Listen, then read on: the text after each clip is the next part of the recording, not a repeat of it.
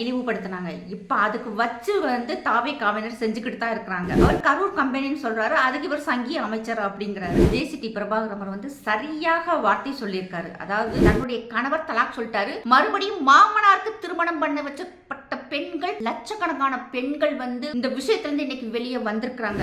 அவர் மேல பழிய போட்டு ஒரு பொய் பிரச்சாரம் கட்டமைச்சிருவாங்க.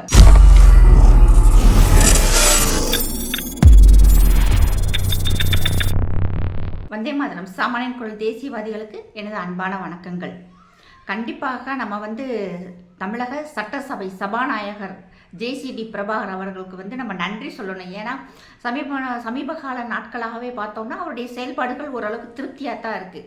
இப்போ சமீபத்தில் நம்ம நிறைய வைரலாகிட்டு இருக்க வீடியோ பார்த்தோம்னா நம்மளுடைய எதிர்க்கட்சி தலைவர் ஸ்டாலின் அவர்களை நிர்மல்குமார் அவர்கள் போட்டு தாக்குனதாகட்டும், ஜேசிடி பிரபாகர் அவர்கள் பிரதமரை பற்றி குறிப்பிடும்போது மாண்புமிகு பாரத பிரதமர்னு குறிப்பிடுங்க அப்படின்னு சொன்னதெல்லாம் உண்மையிலே பாராட்டப்படக்கூடிய விஷயம்தான். ஏன்னா அவர் நம் நாட்டினுடைய பிரதமர், அவரை அந்த மாண்புமிகுங்கிற வார்த்தையை பயன்படுத்தணும்னு சொல்லிட்டு ஸ்ட்ராங்காக சொன்னாங்க.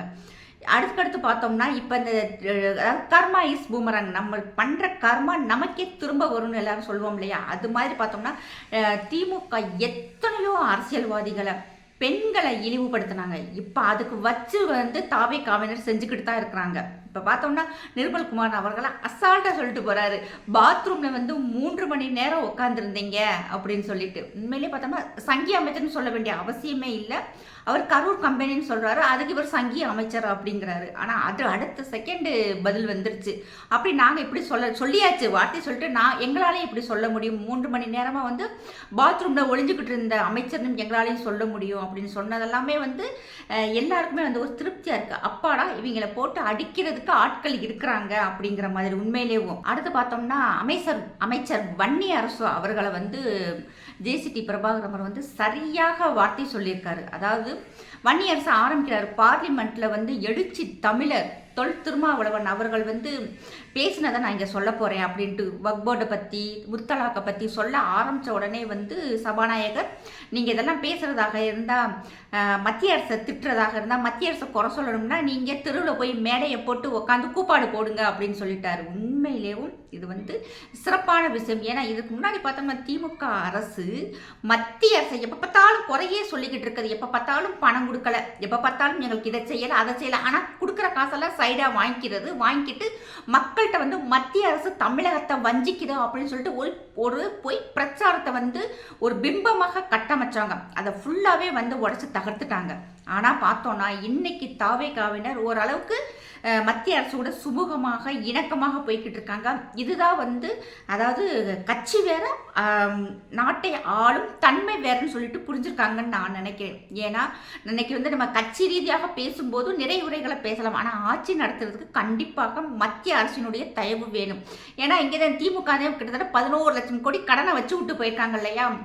அதையும் மீறி இன்னைக்கு இருக்கும் தாவேகா அரசாங்கம் கொடுக்கப்பட்ட வாக்குறுதிகளை நிறைவேற்றணும்னா கண்டிப்பாக மத்திய அரசினுடைய சப்போர்ட் வேணும். இன்னொன்று, நல்ல விஷயங்களை ஏற்றுக்கிறதுல தவறே இல்லைன்னு சொல்லிட்டு இன்னைக்கு தாவேகா அரசாங்கம் நினைக்கிறாங்க. இன்னைக்கு வன்னி அரசை அமட்டி உட்கார வச்சுட்டாரு நம்மளுடைய சபாநாயகர் அவர்கள். குறிப்பாக பார்த்தோம்னா வன்னி அரசுக்கு ஒரு இஸ்லாமிய பெண்ணாக இருக்கிற கேள்விகள் என்னன்னா, முத்தலாக்னா இவருக்கு என்னன்னு தெரியுமா, இல்லை வக்போர்டில் இருக்க பிரச்சனைகளை பற்றி இவருக்கு தெரியுமா, இஸ்லாமியர்களை கூல் பண்ணணுங்கிறதுக்காகவே முத்தலாக் என்னமோ மிகப்பெரிய தவறான சட்டமாக இவர் நினைக்கிறாங்க. முத்தலாக்கு கண்டிப்பாக இந்த பாஜக அரசாங்கம் வராட்டினா இங்கே இருக்கும் இஸ்லாமிய பெண்கள் இன்னும் கேவலமாக நடத்தப்பட்டிருப்பாங்க. ஒரே டைமில் 3 டைம்ஸ் கோவப்பட்டு அவசரப்பட்டு தன் சுயநிலைவை இழந்து 3 தடவை தலாக்னு சொல்லிடுறாங்க. அப்போ அந்த திருமண பந்தம், எங்களுடைய marriage as a contract marriage தான். அது உடனே அந்த மேரேஜ் கேன்சல் ஆயிரும்.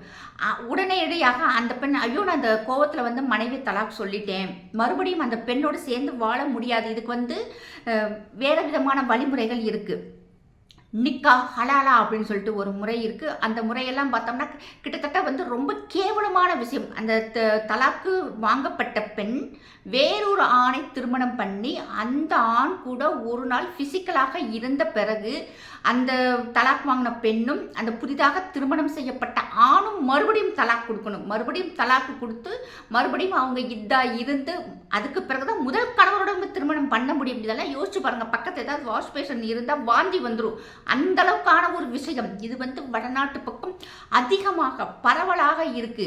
இந்த நிக்கா ஹலாலாவில் அதிகமாக பாதிக்கப்பட்ட பெண்கள், இஸ்லாமிய பெண்கள் தங்களுடைய மாமனாரால, தன்னுடைய கணவர் தலாக் சொல்லிட்டாரு, மறுபடியும் மாமனாருக்கு திருமணம் பண்ண வச்சப்பட்ட பெண்கள், லட்சக்கணக்கான பெண்கள் வந்து இந்த விஷயத்துலேருந்து இன்னைக்கு வெளியே வந்திருக்கிறாங்க.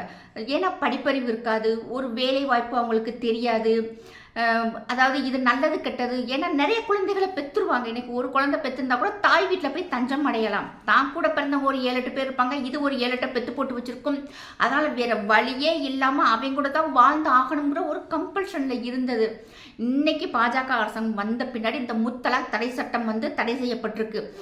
பாஜக ஆளும் மாநிலங்களில் வந்து யூனிஃபார்ம் சிவில் கோடு ஒவ்வொன்றா வந்துக்கிட்டு இருக்கிறது இல்லையா, அவங்க ஃபுல்லாகவே வந்து பார்த்தோம்னா நிறைய மேரேஜுகளில் வந்து மாடிஃபை பண்ணியிருக்காங்க. உத்தரகாண்டை வந்து யூனிஃபார்ம் சிவில் கோடு முதல் முறையாக கொண்டு வரும்போது அதில் கொடுத்துருக்க அந்த விதிமுறைகளை படித்து பார்த்தேன். அதில் பார்க்கும்போது ஒரு ஒரு விதிமுறை வந்திருந்தது, தன்னுடைய பாட்டியை திருமணம் செய்யக்கூடாது அப்படின்ட்டு. படிச்ச உடனே நான் உண்மையிலே நான் சிரிச்சிட்டேன். என்னது பாட்டியை எப்படி கல்யாணம் பண்ணக்கூடாதுன்னு ஒரு ரூல்ஸ் போட்டிருக்காங்கட்டு. அதுக்கப்புறம் அங்கே இருக்கிற மற்ற விஷயங்களை நம்ம பார்க்கும்போது இஸ்லாமிய இளைஞர்கள் தன்னுடைய பாட்டியையே திருமணம் பண்ணியிருக்காங்க. அப்படிலாம் கேட்கும்போது எனக்கு அப்படி தலையே வெடிச்சிருச்சு. இது என்னடா இது கொடுமையாக இருக்குது, தன்னோட பாட்டியை போய் எப்படி திருமணம் பண்ணியிருக்காங்க அப்படின்ட்டு. உத்தரகாண்டில் இந்த ஒரு விதிமுறை வந்து அதில் ஆட் ஆயிருந்தது யூனிஃபார்ம் சிவில் கோடில். இப்படி நிறையா விஷயங்கள் வந்து இந்த முத்தலாக் தடை சட்டம் யூனிஃபார்ம் சிவில் கோடு வந்ததுனால இஸ்லாமிய பெண்கள் இந்த மட்டும் கேவலமான விஷயத்துலேருந்து வெளியே வந்திருக்காங்க. இதெல்லாம் வன்னிய அரசுக்கு தெரியாது. இன்னொன்று சொல்கிறாரு வக்ஃப் போர்டு. இதெல்லாம் பார்த்தோம்னா இந்திய அரசியல் அமைப்பிற்கு எதிரான சட்டம்னு அவர் பேசிக்கிட்டு இருக்காரு வன்னிய அரசு அவர்கள். இன்னொன்று வக்ஃப் போர்டு சட்டத்தை பற்றி சொன்னார்.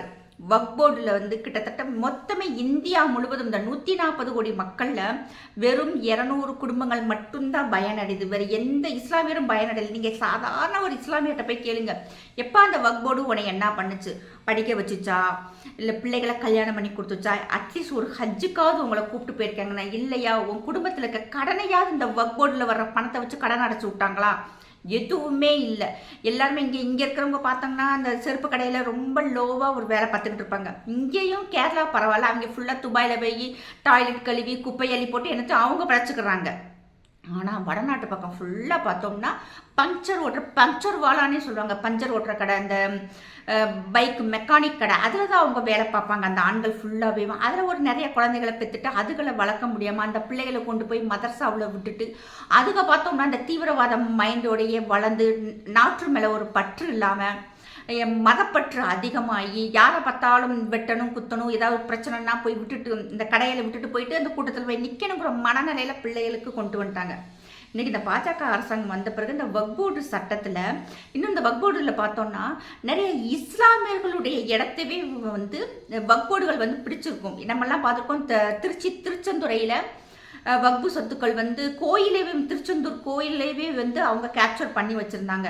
இஸ்லாமியர்களுடைய இடத்தவே வந்து வக்ஃப் போர்டு வந்து நிறைய பிடிச்சி வச்சுருக்காங்க. நிறைய பார்த்தோன்னா உத்தரப்பிரதேசில் நிறைய விஷயங்கள் இப்படி இருக்கும். நிறைய கோடிக்கணக்கான சொத்துக்கள் இருக்கும். அவர் பார்த்தோம்னா யோகி ஆதித்யநாத்தினுடைய அந்த மேரேஜ் ஸ்கீமில் போய் தன்னுடைய சகோதரியை தன்னுடைய மகளை போய் கல்யாணம் பண்ணி கொடுப்பாரு. அதுக்கு என்ன காரணம் பார்த்தோம்னா இந்த வக்ஃபு சொத்துக்களை வந்து தன்னுடைய சொத்துக்களை இது வக்ஃபு சொத்துக்கள் அப்படின்னு சொல்லிட்டு அவங்க பிடிச்சி வச்சுருப்பாங்க. இந்த வக்ஃபு சொத்துக்களில் வச்சு எந்த இஸ்லாமியர் பயனடைஞ்சாருன்னு சொல்லிட்டு கேளுங்களேன், ஒரு பிரயோஜனம் கூட இருக்காது. அது மட்டும் இல்லாமல் கிட்டத்தட்ட 8 லட்சம் கோடி 9 லட்சம் கோடி சொத்துக்கள் வக்ஃபுக்கு இருக்குன்னு சொல்லிட்டு பெரும்பாலான கிட்டத்தட்ட 99% இஸ்லாமியர்களுக்கே இந்த விஷயம் தெரியாது. இவ்வளோ சொத்துக்கள் இருக்கா. நான் என்ன சொல்லியிருப்பாங்க தெரியுமா, எல்லாட்டும் போய் வக்ஃபு சொத்து இது வந்து மோடி பிடிங்கிற போகிறாராம், நம்ம சொத்தெல்லாம் பிடிங்கிற போகிறாராம். கடைசியில் என்ன ஆயிடும், நம்ம வீட்டை மோடி கேட்குறாரு அப்படின்ட்டு ஒன்றுமே இல்லாத விஷயத்தை அப்படியும் பெருசாக்கி உங்கள் ஊரில் தண்ணி வரலன்னா மோடினாலதான் நம்ம ஊரில் தண்ணி வரலன்னு இப்போ பேசுகிற மாதிரி நம்ம சொத்தை எல்லாம் மோடி பிடிங்கிற போகிறாரான்ட்டு. ஏன்னா அந்த மோதியை வந்து இந்த இந்தியாவுக்கே வந்து நேர்ந்து விட்டுட்டாங்க. அதனால அவர் மேலே பழிய போட்டு ஒரு பொய் பிரச்சாரம் வந்து கட்டமைச்சிருவாங்க. வன்னி அரசு அவர்கள் இந்தியா இது அரசியல் அமைப்புக்கு எதிராக பாஜக செயல்படுதுன்னு சொல்றதை நிரூபிக்கணும். அதை விட்டுட்டு வாய்க்கு வந்ததெல்லாம் வந்து வக்ஃபு சொத்து போகுது, முத்தலாக்கை கொண்டு வந்தாங்கன்னு சொல்லிட்டு முத்தலாக்குங்கிறது இன்னும் மிகப்பெரிய விஷயம். இதெல்லாம் நீங்கள் வடநாட்டு பெண்களில் கேட்டோம்னா வன்னியர்ஸெல்லாம் காரி துப்புற அளவுக்கு பேசுவாங்க. ஏன்னா பாதிக்கப்பட்ட பெண்கள் அவங்களுக்கு தான் தெரியும் அதனுடைய வருத்தமும் வேதனையும், எவ்வளவு அசிங்கமான விஷயம் நடந்திருக்கு, எவ்வளோ கேவலமான விஷயம் நடந்திருக்கு அப்படின்னு சொல்லிட்டு. ஆனால் உண்மையிலே இந்த ஒரு விஷயத்துக்காக நம்மளுடைய சபாநாயகர் அவர்களுக்கு மிகப்பெரிய நன்றியை நான் சொல்லிக்கிறேன். ஜெய்ஹிந்த், ஜெய் பாரத்.